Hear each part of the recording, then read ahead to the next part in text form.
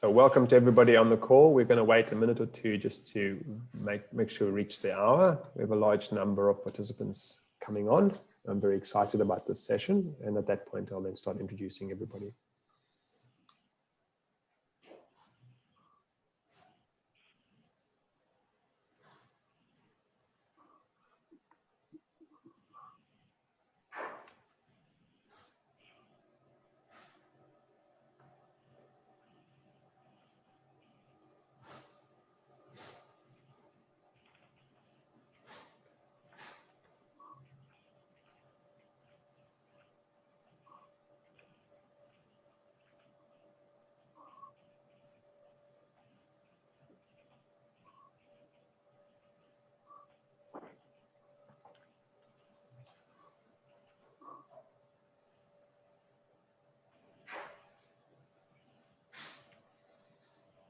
This is always the strange time while we're waiting for people to come on and we haven't started yet. But just so everybody, all the participants, just here we will be kicking off the session in about a minute, just while we're waiting for people to arrive.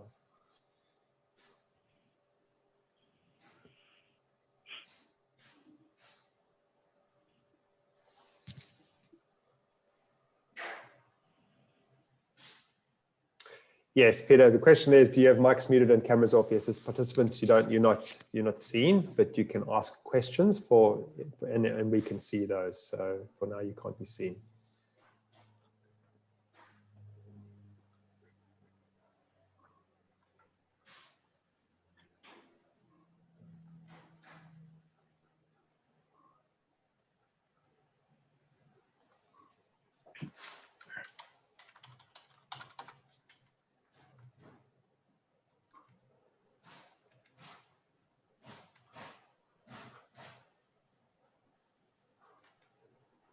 Okay, welcome to this masterclass. Very excited about this masterclass. We've got some excellent panelists. We're going to be talking about analytics and specifically how can it de-risk, grow and optimize the practice of law and the business of law, but also just analytics in a wider sense and an understanding of what analytics is. First, though, I'd like to show my respect and acknowledge the traditional custodians of the land, of elders past, present and emerging, on which this meeting takes place. And normally this meeting takes place in Camaragal land in North Sydney, but obviously because it's so virtual, it's taking place wherever you are. We have a very, very exciting list of speakers today. I'm just going to introduce all of them, and then we're going to go into a short presentation from some of them before we kick off the actual question and answer session and discussion, which is going to be very, very interesting. First off, we have Peta Stevenson, who's the partner for Kingwood and Mallesons.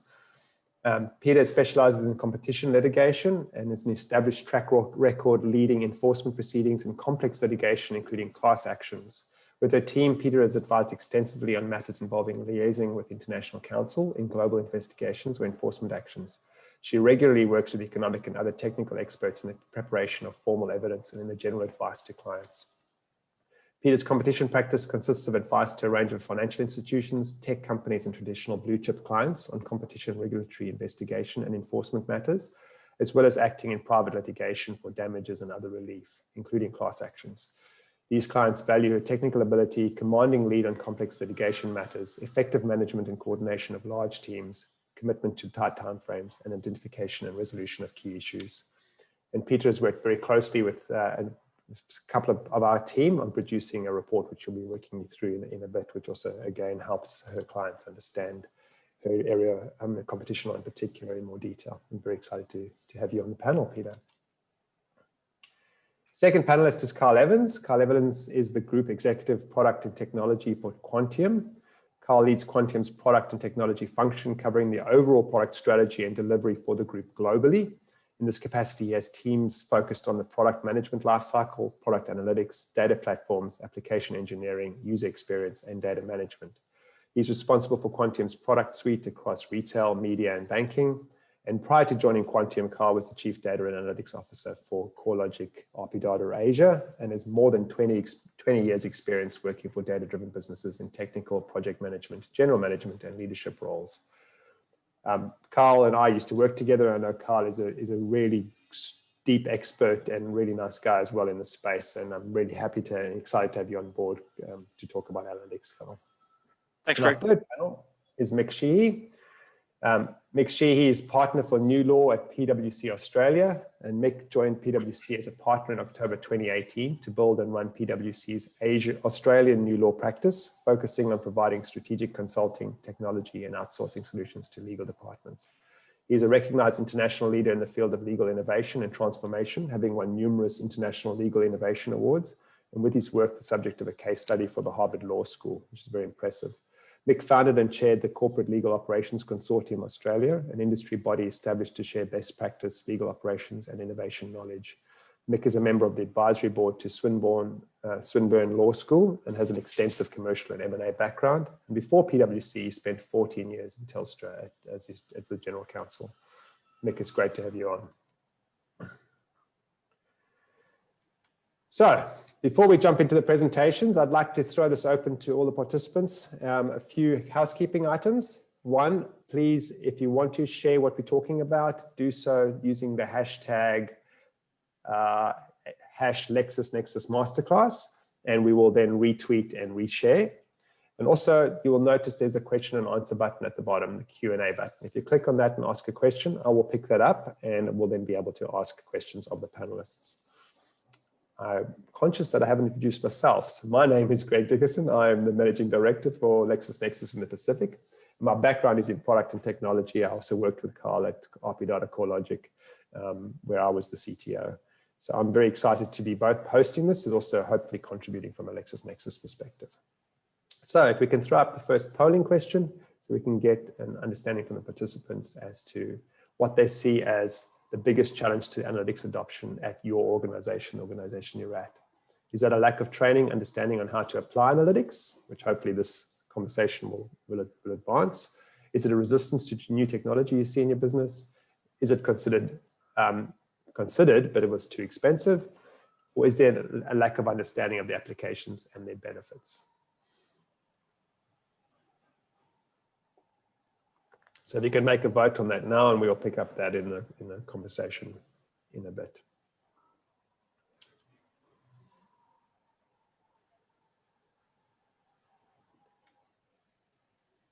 Okay, thank you. If we can drop that poll. So first up, I think I would like to just frame up what is analytics from my perspective, and obviously that'll be part of the conversation going as we go into the deeper conversation. A common definition of analytics is information resulting from the systemic analysis of data or statistics. So it's the extraction of information by looking at data or statistics, or in a legal sense, data is often also termed content, but looking at it in a way in which you can then extract information. And for me, the key question is that information actionable? Is there something I can do with that information? Otherwise, what's the point in having done all the work? If we can throw up the slides now, and then I'll do a very quick slide presentation for this particular aspect, and then I'll hand over to Peter. So when I talk about what can we do with that information, the question is that what's the usefulness of doing the analytics to get that information, and what is the usefulness of that information? So the first sort of level of rung of conversation around what I can do from an analytics perspective is, can I describe my data? Can I describe my content in a way in which I can understand the outcomes? And that is something we've all done when we were doing maths at school and you did a chart or something else. You can describe the data you've got. Doesn't necessarily mean you can do much more with it, so it's not particularly valuable, but at least you've got it into a form in which it can be described. Far more importantly is, can I then do something like diagnose? Can I understand the outcome? Can I understand why something happened? Those two, if you like, I regard as pretty simple analytics, but still quite powerful, because if I can actually diagnose a problem, then I can go ahead and do something about solving it. Where it gets very exciting is when you get to the point where, can I actually use the models and the analytics that I've done on the data to predict an outcome? Does this mean I can actually get to the point where I can predict an outcome? Or even more importantly, can I prescribe an outcome? Can I have control? Can I know that if I do something, I'm going to get a different outcome? And what does that mean?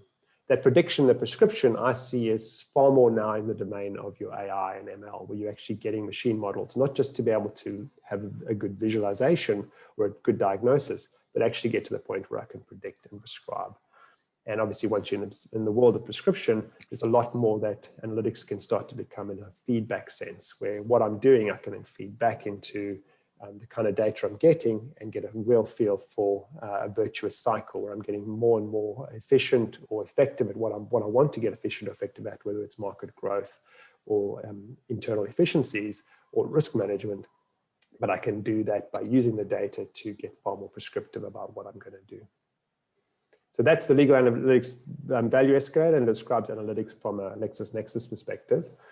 A really interesting example is what Peta has done, and I'd like to hand over to Peta to talk about the work she did with Yakka. Thanks so much, Greg. So in terms of the use case for analytics in my practice of law, rather than if we think of things as sort of in the business of law and the practice of law, the question that I was confronting was as part of a long-standing debate as to whether there's an appropriate balance between the amount of public enforcement that takes place, action by the ACCC, compared to private enforcement where private parties are taking action to recover damages or other relief. And there's been many, including many plaintiff firms, that have argued for legal reform to try and make private enforcement easier. Now, the head of innovation here at KWM, Michelle Marnie, always says that good analytics starts with good questions. So I think this gave me a pretty good question. And our hypothesis was that many of the most seminal competition law cases seem to be deriving from private enforcement, suggesting there was already an active private enforcement landscape. But the question was, how do we really test this hypothesis? What analytics could we use? And I was really lucky. A colleague here at the firm, Lyndon Goddard, with a barrister, Dan Reynolds, had been working really closely with the LexisNexis team on a casebook about High Court cases and the prevalence of citation there. So without really any idea about knowing what was possible, we began discussions with the team led by Julie Austin, Shan Mukherjee, Sita Bodka and Peter Wallace to explore what was going to be possible. And after we had a number of design sessions with them, we came up with the following methodology. And that really started with a really expansive master list of what were possible competition cases. And we ran very broad search terms and legislation searches across all of the LexisNexis databases based on who the parties were, whether there were references to legislation, how prevalent the particular search terms appeared in the head notes for cases, and other sort of uses, terminologies that were used a lot by judges more colloquially to describe the type of conduct. So can we just click through the slides to the methodology slide? Thanks. And then the next one. So once we had that really long list of competition cases, we then had to figure out what were true competition cases. And this is always where things get interesting with data, when you start to test it to divine whether there are any true insights that are there. And so the first thing that we did was a manual review of a sample, which was the top 1,000 entries to identify false positives, but also to inform some of the potential rule refinements that we were doing with the data team to find true competition cases. And then we had some rule refinements that we implemented across the broader set of cases, which was almost 5,000 cases, to exclude results where it was a throwaway use of the term, but there was no other match, where there was some colloquial language used, but it was in describing a different scenario, or where there wasn't a sufficient prevalence in the case note to suggest that it was a true competition case. And we really did iterate on that until we finally got to a position where we looked at the higher level cases to check that they were the cases that we expected to appear in the list. So were the cases that we thought should be there were actually there. And then we came up with, if you could just go to the next slide, Tamon, we came up with what we call the Yakka trees, for anyone that doesn't know, down the South Coast. So the Yakka is it's a score that we calculated, which represents the total number of times that each case was cited by other true competition cases, then divided by the number of days since the judgment was handed down as at the investigation date, then multiplied by 365 to get us to an annual rate of consideration. And the reason that we did this, and this was something that we also tested in a number of different ways, a number of different weightings that we could have used with the LexisNexis team, was to ensure that early cases were not overcounted purely by dint of the time that had passed since the judgment had been handed down, and the reverse being true for more recent cases as well. And interestingly, by using the Yakka, the relevant scores dropped off really rapidly. So when we moved on then to our more detailed analysis, we cut off our analysis at the top 50 cases having regard to our Yakka score curve. And the 49th case in the list had a YACA of 101, which means that it's cited on average once a year in another true competition law case since the judgment was handed down. What that showed us was that of the, sorry, next slide, was that of the top 50 cases by YACA, there were already a quarter of those cases that were private enforcement actions. And then, sorry, next slide, when you go to the next level of detail and look at the top 20, we actually found that 30% of the top 20 cases were actually private enforcement cases. So what this exercise has showed us is that our hypothesis is broadly true, that there is a significant investment or a significant contribution that's being made to the substantive development of the law by private enforcement cases.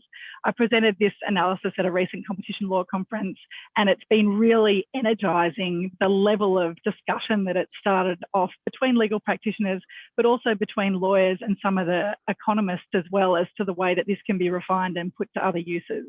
So for me, it's the start of what I think will be a long journey in analytics. Thanks, Greg.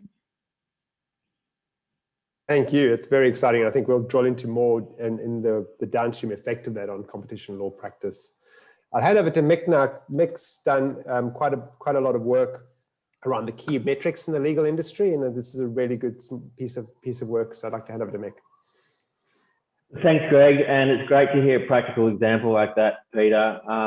We think metrics are really important. They're a key sort of focus area for us, largely because I think there actually is a lot of consensus in the legal industry that metrics are important, but not a lot less, I guess, in terms of practical inroads. And so it's fantastic to hear practical examples like one we just heard from Peter. 12 months ago, we put out a paper on legal department metrics, why they're important, what insights you get from them, how to measure for them. But to, I guess, try and advance the discussion around bringing it to life, we put together a catalogue of 28 key metrics across a whole range of activities that go on in legal departments. Following on from that paper, we then set up an international collaboration that kicked off last October, and we've been working weekly, daily on that collaboration to try and come up with a comprehensive catalogue of legal department metrics across all areas of what legal departments do, both operationally and from a practice perspective. We don't have the YACA on there yet, Peter, so I think there's room for that. But that piece of, that catalogue has now 600 or 700 metrics. It's getting close to being finalised. We're looking to release that along with a whole bunch of, I guess, information about metrics and a tool to navigate it in August this year, so in the next sort of couple of months. And the whole purpose of that is it'll be a free resource for the industry, and the whole purpose of it is to try and help advance the, I guess, the progression of metrics within legal departments, as we think it is going to be an increasingly more and more important skill for legal departments to have in terms of explaining what they do and making decisions. So I'm just going to spend a couple of minutes just on I guess how we look at metrics. If we go to the next slide, the first place to start is why do we need metrics? It's kind of obvious to date. Too many decisions are getting made by gut feel rather than by using data, and more importantly, why now legal departments are finding themselves sitting on increasingly richer and richer data sets. So data about what's going on in the legal department, as well as data that's relevant to the enterprises they serve. Legal departments are quite uniquely placed because they don't just have a business unit, I guess, focus, they have an enterprise focus. And so if you think about the rich data that sit in contract portfolios or litigation portfolios, there's really a great opportunity for legal departments to exploit that data. But not everything that can be measured should be measured, so you need a framework, and this is the basic sort of simple framework we use. At the bottom is all the data that sits in legal departments or legal departments have access to. It typically is often unstructured, and it needs to be organised to then produce metrics to produce insights. And as we heard from Greg before, though, it's not, insights for the sake of insights are not particularly helpful unless they can be actionable. And the way we look at it is that those insights need to turn into either decisions that we need to make, key decisions about how we manage our legal department, or stories or narratives we need to tell stakeholders about how we're performing or how we're managing legal risk for the organisation. The last thing last slide, I'll just sort of leave you with, that the way, if we go to the next one, what I've described is what we would say is a bottom-up approach on the right-hand side of this slide. And quite often you'll see people say, you need to look at what data you've got, then work out what metrics and insights you can get from that to work out how to make the most of that data. But we would say to complete that, you actually also need to take a top-down approach by starting off with what are those key actions, or in our case, decisions that we need to make or stories we need to tell, then working out what insights would be needed to make better decisions or tell more informative stories, what metrics, and then finally data we need. And if we don't take that top-down approach, then we actually get limited by the data that we've got at hand. And by doing both a top-down and bottom-up in parallel, you'll then work out what the gap you have. And I think in most cases, you'll find that there is data that you still need to I guess, inform all the decisions that are most important to your stories you need to tell. And then you go about trying to work out how to plug that gap, either by introducing new systems or finding other data collection techniques such as surveys, etc. That's really the start of a data and metrics program. There's a lot we have to say about data and metrics programs, but that's beyond the scope of today. So I'll sort of pause. I think I'll leave it there and hand it back to you, Greg. Thanks, Beck. Maybe just down the slide. Okay, we just jumped off the slide, but I think it's a very good point that you make, that sometimes a new story or a new insight you need requires data you don't have. And often it's a two-way process, right? You may have a certain set of data which helps you answer certain questions, but the moment you have new questions, often that means you have new data that you need. Carl, given you're outside the legal industry, maybe the first question to you: what industries do you think analytics and these kind of approaches has already transformed? I mean, because the legal industry, my understanding is we're probably a little bit behind some of the more fast-moving industries out there, like FMCG and financial services. Yeah, look, to be honest, it'd be pretty hard to name any industry that isn't affected by the impact of data analytics or could be affected by the impact of data analytics. I mean, my business works across multiple industries. Retail and FMCG is very big for us. Banking is very big for us. Insurance, the health department is very big also. Really, it's organisations that capture data and have a desire to run more efficiently. And that is pretty much every organisation on the planet, as far as I can tell from the work that I've been doing over the course of my career.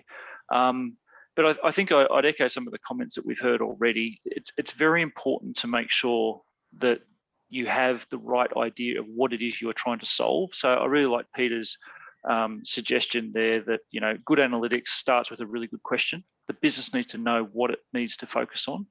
And then also from what Mick said about data, I mean, you need to basically be able to assemble data that can then answer those questions. And that is some of the big challenges in analytics, is getting the data sets right to perform appropriate analytics on it. And that's something that we as a business spend a lot of time on. It's not just about going and building models, it's about assembling the right foundations for which to build your analytics from.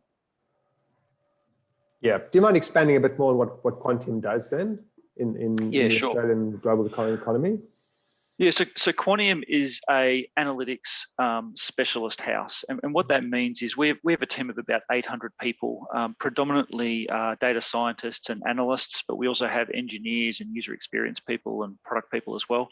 We work with very large organisations that have very broad transactional data sets. So, for example, some of our biggest customers here in Australia, Woolworths is our biggest customer, but they also own 75% of our business. So Woolworths have 1,000 stores across the country. They have 10 million people that swipe their everyday rewards card on a regular basis. They have about 80,000 different products that are ranged across their shelves. And so when you start multiplying those numbers together, you start to get a bit of a view as the size and the magnitude of data. But what customers want to know from us could be, I don't know, a Coca-Cola or a Nestle or whoever it might be. would be a question like, okay, well, how are my sales going in a particular area for a new product I've just launched? So we have to sift through all that data and assemble that data to be able to answer that question. We do similar sort of work for other organisations. Banks, so CBA is a big customer here, us here in Australia, Department of Health, Walmart in the US, Wells Fargo in the US, HSBC in the UK, et cetera, et cetera. So we tend to work with very large organisations that have large, rich transactional data sets, and then we help work with them to understand what their biggest strategic challenges are, what questions they want to ask more effectively to drive their business, and then we apply data and analytics to help drive that for them. Excellent. Thanks, Carl. Maybe the second question then is to you, Mick. Looking at how the law has adopted analytics up until now, do you see us as being a sort of like that point where we may be an acceleration, where as the legal industry, there's new ways in which we can adopt analytics both for the practice and the business of law, and maybe even talk a little bit about the practice and the business of law and what they are and how you can separate categories.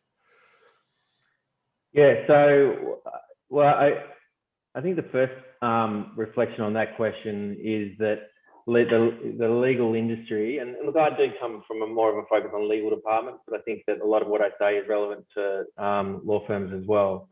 But the legal industry has been slow relative to other, certainly sort of professional services and corporate support functions to adopt metrics, and have a sort of a data-driven approach to the way in which they run businesses and provide their services. I think there's been a range of excuses and reasons, and many of them have been reasonable, but I do think that we're at a turning point. So, reasons that have probably existed in the past have been legal departments are relatively smaller than other functions. It's been far more important for the finance function to be data driven than the legal department. Legal departments have typically can typically claim to work on much more material matters, so you don't necessarily need to have data to justify whether or not you need to defend a better company litigation claim. Legal departments have also been a bit simpler in that particularly when it comes to actually getting work done, you either have historically you've done the work in-house or you've sent it off to a law firm. That's certainly changing now as we're getting more and more I guess alternative delivery models and service providers into the space. And I think there's also been a sort of a misconception or again an excuse that a lot of what lawyers do is not really capable of being quantified, and lawyers work in Word, not Excel. But I think all of those sort of excuses are falling by the wayside, and I think actually the number one catalyst has been the introduction of legal tech.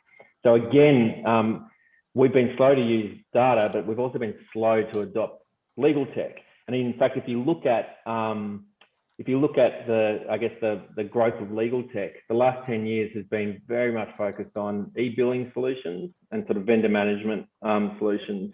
And so it's been no coincidence that whilst, as I've said before, that we've been sort of slow to adopt data, there actually has been a fair bit of progress made on, I guess, financial metrics and vendor metrics in legal departments. And that's because we've got the systems, the technology to do that. But now I would say that's become sort of fairly commonplace, and where the legal industry is focusing, certainly in legal departments, is on legal operating systems, matter management systems. And these are more comprehensive end-to-end technologies that look at things such as intake, triage, matter management, document management, knowledge management, vendor management. And with those systems and technologies comes a whole bunch of data that has previously been not accessible. And so I think for all of those reasons, we are now seeing a shift. I think that shift will come really quickly. As to your question around operational versus, I guess, the business of law or practice areas, I think they can be kind of a nice lens to look at it. Working on the business and working in the business, and different users will have a different focus. And the legal operations industry, which is still a relatively new well, it has been around for sort of 5 to 10 years and is growing still at a pace. We'll be focused on those legal operations metrics, and lawyers may be a bit more focused on the practice area metrics, but there's quite a lot of overlap. And ultimately, what's most exciting is not so much the working on the business in the business distinction, but the fact that we're now broadening from just financial metrics and vendor management metrics to a much more comprehensive way of looking at the way in which we work, not just to be more efficient, but also to add more value and insights to the businesses that our legal departments support. Yeah, and I think that's the key thing. Yeah, sorry, Peter, you jump in. I was going to say, I completely agree with you, Mick. And I think that, lawyers, we are at our hearts, at our most base, risk managers. And so we are averse to, systems that grab information from what we see as highly confidential, particular client engagements to try and get that larger picture. But there is a lot of lazy or latent data sitting there in systems, particularly in client systems, that can help identify exactly where, for example, pain points are when you suddenly find out through analysing the matter intake data, for example, that in the last 3 months you've had 90 advices on legal privilege. What can you do to then use other parts of analytics to develop solutions to help with that bottleneck? Yeah, and that's where you're getting to almost being predictive, right? Those kind of insights, they're obvious, but you have to know to look. And you have to measure them in the first place. Have you found, just look at your Yakka score, have you found, how has that been? You said that there's been a lot of excitement around that. Do you see it's going to change the way the competition practice is approached? Do you see it as making a difference to the way people approach a particular competition matter? Look, we're not yet at that level of granularity, and we've got a number of kind of second level projects that once we've tinkered with the data a bit more and worked with your team, we're looking to take that to a few different places, and that could be being able to be, as you say, more predictive about the type of outcome that you can expect from a particular judge on a particular issue. That's the type of end level prediction that we'd love to be able to get to, but we can't forget that we are really a small island nation with a relatively, despite what people think, we don't have an overly litigious culture. And so the number of cases that we've got there are, I think for some people, surprisingly small as a whole. So the level of certainty involved in any predictability is difficult. For us at the moment, we're looking at how it can be used to help inform debate around the need for reform, and how we can help policymakers decide what might be most effective, the most effective tools. Because what the analysis was able to show was that despite there being 3 or 4 significant changes that were intended to promote more private enforcement action, greater recovery of damages on behalf of consumers and competitors that were affected by conduct, there hasn't been an uptick after any of those particular changes. So we obviously need something else. Yeah, and potentially private enforcement is that something else? But I think you also make a really interesting point, because we often get asked the question about Lex Machina and other products that are in the US, which are based on large amount of data, and especially in the US, you get far better litigation data than you get here, what's actually happened in the court. And we found that as a result, our products are far more in the sort of descriptive phase of analytics rather than the predictive. Maybe I'll throw this question to you, Carl. Do you see that you need a certain large set of data to get up the value chain in analytics, or new technologies coming out now that even when you've got small data sets like the Australian legal cases, for example, that the High Court has heard, are there new ways in which we can analyze smaller data sets but still get the similar kind of insights? Yeah, look, the more data, the stronger your predictions are going to be. So sometimes it's a case of the data you might accumulate to perform your analytics needs to be augmented by an external data source, and that can help bolster the efficacy of any predictions or any, I suppose, scores that get developed off the back of that. So, you typically want to have a good sample size to work from, because the smaller the sample size, the more the analytics has to work harder, and the higher the risk that the ranges of what you're going to predict won't be as accurate. Just listening to you talk there, Peter, I wonder if you thought about where the application of Yakka could apply into other territory. So, for example, Australia, right, not a very litigious environment, but the US certainly is. So, have you thought about international applications? Oh, look, I think the methodology can be applied across both other areas of law in Australia and in any other jurisdiction. It's just that that's my personal area of focus. I think that the issue with drawing parallels from overseas is that the statutory regimes are so different. So when you're looking at that type of differentiation between the markets, it's hard to draw parallels. But I think what would be real, another thing that is on our to-do list is to think about, looking at patterns of new litigation that are happening overseas and how that travels kind of from the US to the EU and then to Australia, and seeing what type of timelines there are there so that we can help provide clients who operate in those markets in Australia with some idea about what might be on the horizon. Yeah, and that's an area we're getting very excited about. We've been taking Google's BERT algorithm, which understands language, and looking at cases from the perspective of, can we actually pull out an argument? So do we actually understand the case from the perspective of the entities that are inside it, both the factual and the legal entities, pull out an argument and then trace that argument through cited cases in that particular case is citing, and whether or not that can then also expand across jurisdictions. It's very early days, but it's very interesting that we're now at the point where we can analyze language in a way that we've been able to analyze data in the past. And Mick, you were talking about, lawyers work in Word, they don't work in Excel. Well, maybe we can bring analytics to Word. Yeah.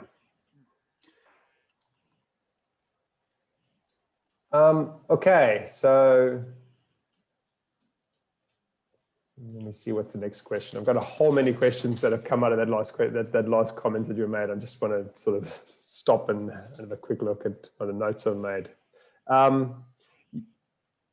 Peter, you talked about lawyers as being risk managers, and that there's a lot of lazy and latent data in the systems that we have. Do you have any examples of sort of areas in which that has been pulled out in KWM in particular? And I'll throw it to you, Mick, as well afterwards, where we actually are taking lazy data, and Mick, you did talk about some systems, but maybe there's a lot more lazy data out there, which is not going to be that hard for us to be able to turn into insights that can help get us more efficient, and in particular in large law firms.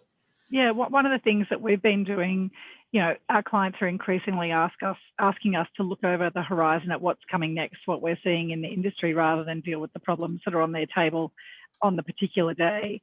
And so one of the things we've been doing is looking at our own matter intake criteria and thinking about different degrees of granularity that we can add to that. Obviously, intake from a law firm perspective is primarily focused on conflicts, know your customer, all of the regulatory obligations that we operate under.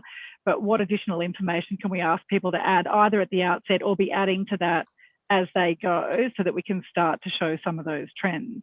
So, for example, everyone knows at the moment that AUSTRAC is very focused on AML, but is there something that we could have done by looking at our own internal data and having better quality conversations with our clients that could have helped them be aware of that earlier than they actually were? So that's a rather large project. Yes, I'd imagine. And is it easy to get hold of that data? Because I think what you're bringing up as well is that sort of that proactive view of get as much data as you can in your matter systems or in your operational systems. You don't always know how you're going to use it in the future. And that's kind of the point that Kyle made. It's not just about the data that you've got at the moment. It's about going out and figuring out what you need to operate more efficiently, provide higher quality advice, provide more poignant insights to people. And at the moment, there's what we can do going forward, and then there's what we've got from the historical data set. And being able to predict what we're going to need ourselves in the future is always difficult. And the most important thing is that once you decide what might be important, making sure that everyone is ticking all the boxes that we need along the way, so that we can have the greatest field of opportunity open to us in the future. Yeah, and obviously there's always data privacy and all the rest that you've got to make sure that you're compliant to. Yeah, absolutely. And Mick, if you compare like a Big Four consulting firm to a Big Four law firm, are there big ways and very different ways in which the management of data and the use of insights that are surfaced in those two different types of firms? I think the short answer to that is when I joined PwC and I looked at what we were doing with data in different industries, I was incredibly impressed by the, I guess, level of expertise and sophistication. But it's not so much about the big four, it's about the industries that they're serving. And it sort of takes us back to that previous question around legal being later to the party. So I would expect that, there's a, but then does that translate to a big four legal function? Probably not. I'd say that they look a lot more like law firms. And so again, it's I think an industry opportunity. On your question just around lazy data, I haven't really thought about that one so much, but I do like that. I do like it. And where it takes me is not so much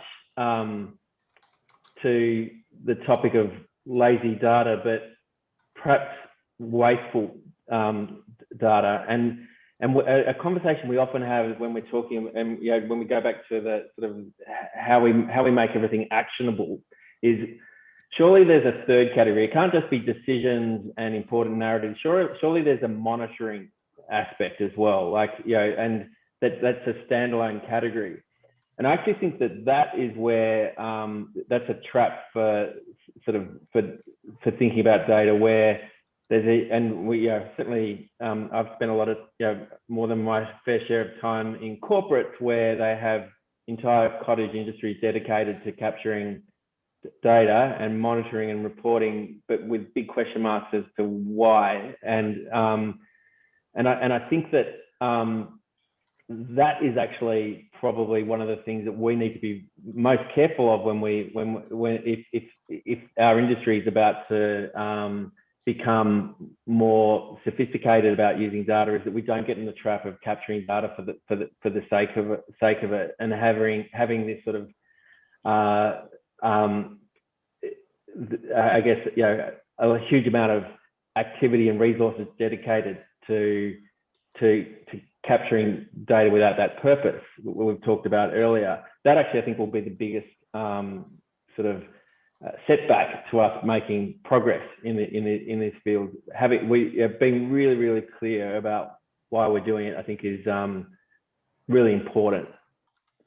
Yes, because you can get into the cycle of investing a lot and getting very little return, and then pulling back your investment, and you sort of get that sort of boom bust cycle sometimes in an analytics function.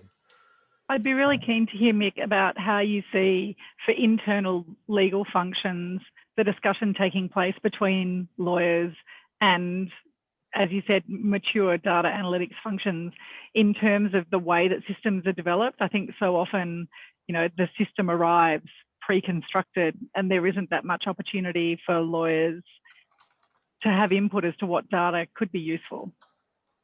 Yeah, so it's I think this really gets into the whole sort of change management space, and the trying to work out the what's in it for me, and what are how are the systems that we're introducing going to result in a better outcome for the users, the end user clients, and the data sort of considerations are exactly the same. So how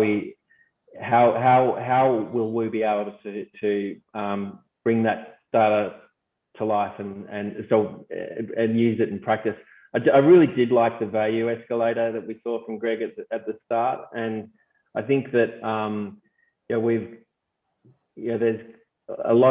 been a lot of sort of admiration of data to date, but that when we start to actually tell real stories about better performing legal departments or legal practices that can start not only predict what's going on, but start to change outcomes by being prescriptive and providing insights to businesses that change the bottom line.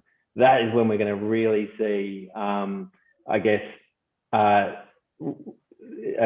separation between those that are best in class and those that have been left behind. And I think that will actually, a lot of the focus on data in legal departments actually has just been about efficiency and productivity, and that's been really important. But that being able to add value by being not just predictive but prescriptive is going to be what separates, I think, the better performing legal departments from others.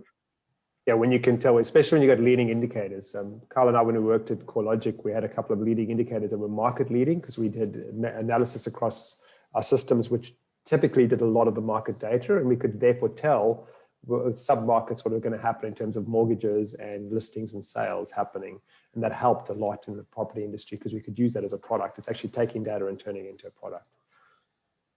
Yeah, Mick, you touched on some really interesting points there. And one of my key learnings over the past few years has been to make sure that our analysts spend enough time and have a support network of resources around user experience and also domain experts. And why that's important is the domain experts will understand the workflow within an organization, but the user experience resources, they're not, doing designs and stuff like that. That's part of what they do, but a very small part. The big part is the research component to understand how a tool, a data set, an interface, whatever it might be, is used by the end user.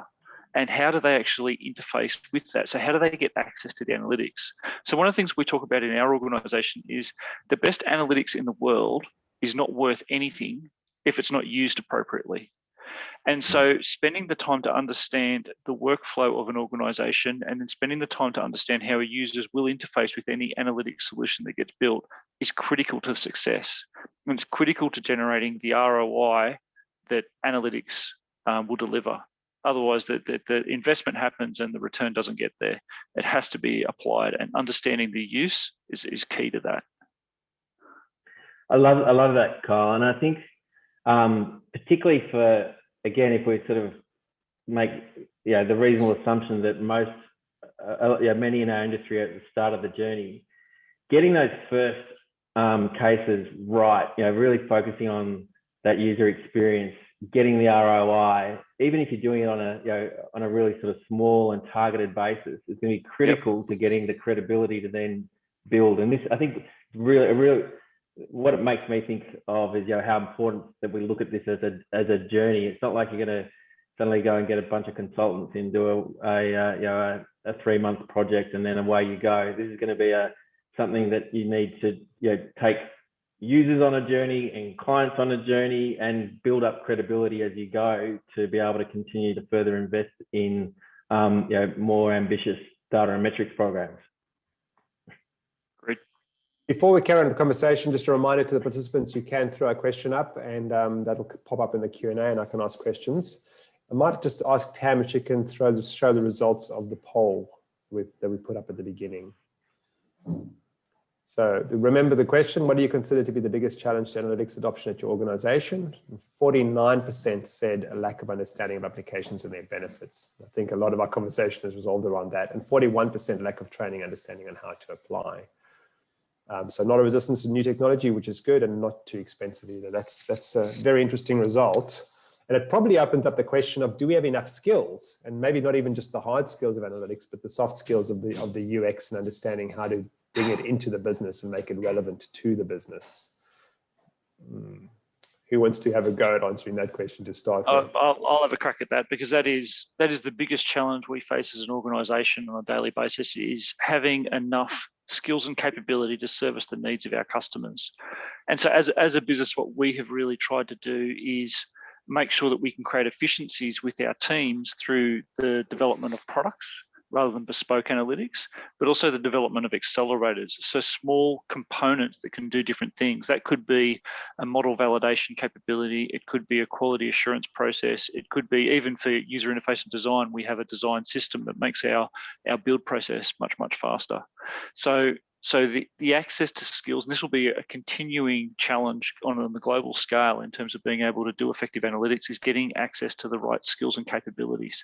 And there is an enormous war for talent in this space around analytics, engineering to deploy analytics, user experience. All these skill sets right now are very hard to come by, are very hard to hang on to. And so the strategy that we have is to build a lot of that through graduate programs, but also to try and make sure that we can build componentry that makes the development of analytic solutions far more technically enabling rather than people requiring lots of resources thrown at it. I completely agree, Kyle. There's a real war for talent at the moment that's being driven both by these positive desires, but also by the other changes in regulation, such as the consumer data right and its extension to other industries beyond banking, that mean that finding the people that have got the time and the insight and the skills is a real, trifecta that everyone's looking for. Yeah.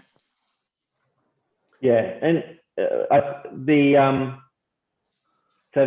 completely agree with that. I think though it's also the way that we need to think about it is knowing that we're going to need deeper sort of skill sets in the future. Though it shouldn't deter us from making small starts and starting to train up our people in ways to I guess to go back to the point before about making this a build. So it's no sort of substitute for ultimately needing deep skills in this area, but because we're not going to solve it overnight, we've got time to, I guess, gradually bring in those skills, train up our people, because they're going to need to have these skills as part of their day job more and more as we go forward. So having that sort of a time frame and mindset around building up skills, I think, is going to be really important. And that includes soft skills as well, right, Mick? Because it's that, it's like how do lawyers and analysts meet, and in meeting in the middle, and who does what component of that meeting, who moves closer to the other side. You're saying increasingly, I hear that lawyers need more numerical skills, but maybe it's more the product side. I think it's everything. I mean, so when we run our continuous improvement, innovation, transformation programs with clients, we are always sort of doing that in a co-creation atmosphere, and we typically use techniques like design thinking to solve the problems, no matter whether they're analytics problems, tech implementation, process optimization, org design problems. So with that comes, I guess, change management and comms, soft skills, I guess, that are going to be important to all of this. So yes, it's a mix of everything, I think, Greg. Hmm. It's been something that we've been really focused on. I mean, legal skills are also, there's a war for talent there as well, particularly with New York and London coming back online. And so we're having to think really carefully about, is it STEM capability, or is it actually just that willingness to learn and openness to innovate? Because we can all adopt a design thinking type of mindset, which can often help get to those answers faster than pure numerical ability. And absolutely, I think that's the key, because you've got the big Silicon Valleys of the world. You've got companies like Quantium that can really help you on the numerical side, but often it's just that openness to look at your business and the way you do business in a different way, that sort of design thinking, which is really, that's come along in a big way in the last couple of years with companies coming out of Silicon Valley, like Pivotal Labs, for example, which just help you through the process of design thinking. Okay, it doesn't look like we've got any questions from the audience. So what I might do in the last couple of minutes before we wrap up is just ask, looking forward now, because we do seem to be at that point where we've got the confluence of so much going on. Well, there's a war for talent. There's more data that's being collected, as you've pointed out, Mick. We've got better design thinking in different ways in which we're approaching the analytics problem space, but far more broadly, where does legal go? So if you look at the legal industry in its entirety, what would your prediction be for what is going to be the most impacted by analytics in the next 5 years, and why? I might throw that to you. Start with you, Peter. From my perspective, I think it's going to be internal legal teams harnessing their own stats or their own data to then work with their external legal providers to deliver a high quality product to their internal business. I think there's just so much that can be done in partnership there. You can use the knowledge that the internal legal team has about its own spend across all of its different panel firms, and then work with your external provider to provide the content, whether it's an AI solution or something less sophisticated. I think there's going to be a lot happening in the next 2 years on that front that's going to be really exciting to see. And those external providers being law firms, or you mean analytics specialist companies? Oh, if I've got anything to do with it, it'll be the law firms. But I appreciate that there's interest coming from all directions, and we're all working with a number of partners to do that. And it's usually in the conversations with the client that you find the best type of partnership. Yes, and it comes back to that domain expertise that Carl talked about as well. Mick? Yeah, so I agree with what Peter said. So I think it's going to be this shift, as I sort of mentioned before, from focusing on using data analytics to be more efficient or more productive, to adding more value by providing those insights that are around predictive and prescriptive aspects of how enterprises can use the data that sit in legal departments like contracts and disputes. I see it being ultimately a sort of a competitive advantage. I think that law firms that don't embrace data will get chipped away at by alternative legal service providers that do. I also see legal departments, internal legal departments that don't do it, having retreating to more and more sort of traditional sort of ways of providing legal, while the other corporate support functions say, well, why don't we start to if the legal aren't going to pick up provide us with the contract insights or the litigation insights, then we might as well, because there's a lot of stuff that goes on in those areas that don't actually sit in the legal department. So I actually feel that that's going to become a really, really important, I guess competitive advantage. And the last thing I would like to see is that is that as we get better and better at harnessing data to run more effectively, to add more value, to reduce duplication, that these insights can start to flow down to other parts of the community, in particular around access to justice. I think that there is a real opportunity for these innovations in legal to actually improve access to legal and legal services on a much broader landscape than perhaps the sort of corporate government, legal department, law firm space that we are, where all the innovation is currently focused on. It's absolutely being able to measure the flow through the courts, for example, and who gets access to justice, I think would make a big difference. But you don't change things unless you measure things. Carl? Yeah, look, I'm not from the legal industry, so I can't comment too, I suppose, confidently on what the biggest changes will be. But my assumption would be there's just huge efficiency gains to be had. And I suppose as a lay person, early in my career, walking through the CBD, there's always people with those trolleys with all those legal folders wheeling around. You don't see them anymore. So that must be getting digitised. As that gets digitised, I'm sure that can be condensed down, a lot of insights to be found. My big thing would be probably making sure that the insights that are found, there's validation. Machine learning and artificial intelligence, they're all fantastic things, but they can sometimes the machines don't have intuition. And so there is always going to be that human element that will be required to make sure that the findings that are coming out and the insights that are being generated are logical, make sense, are ethical, et cetera, et cetera. So there's no bias. There's all those sort of challenges that will just need to be managed. But bottom line, it's just going to create efficiency for the legal industry, would be my thesis. Yeah, completely. And to your point about you've got to make sure that you test, and we do a lot of that. We do a lot of human testing or human relevancy testing and our stuff, because one, bias is a problem, and two, are you absolutely sure that you're getting the right result? You do need to do the follow-up tests. We do have one question, so we can maybe just quickly answer this before we finish up, and that is: the war for talent a war for specialists or for generalists with skills in both the analytical and legal disciplines? I'll throw it to you, Mick.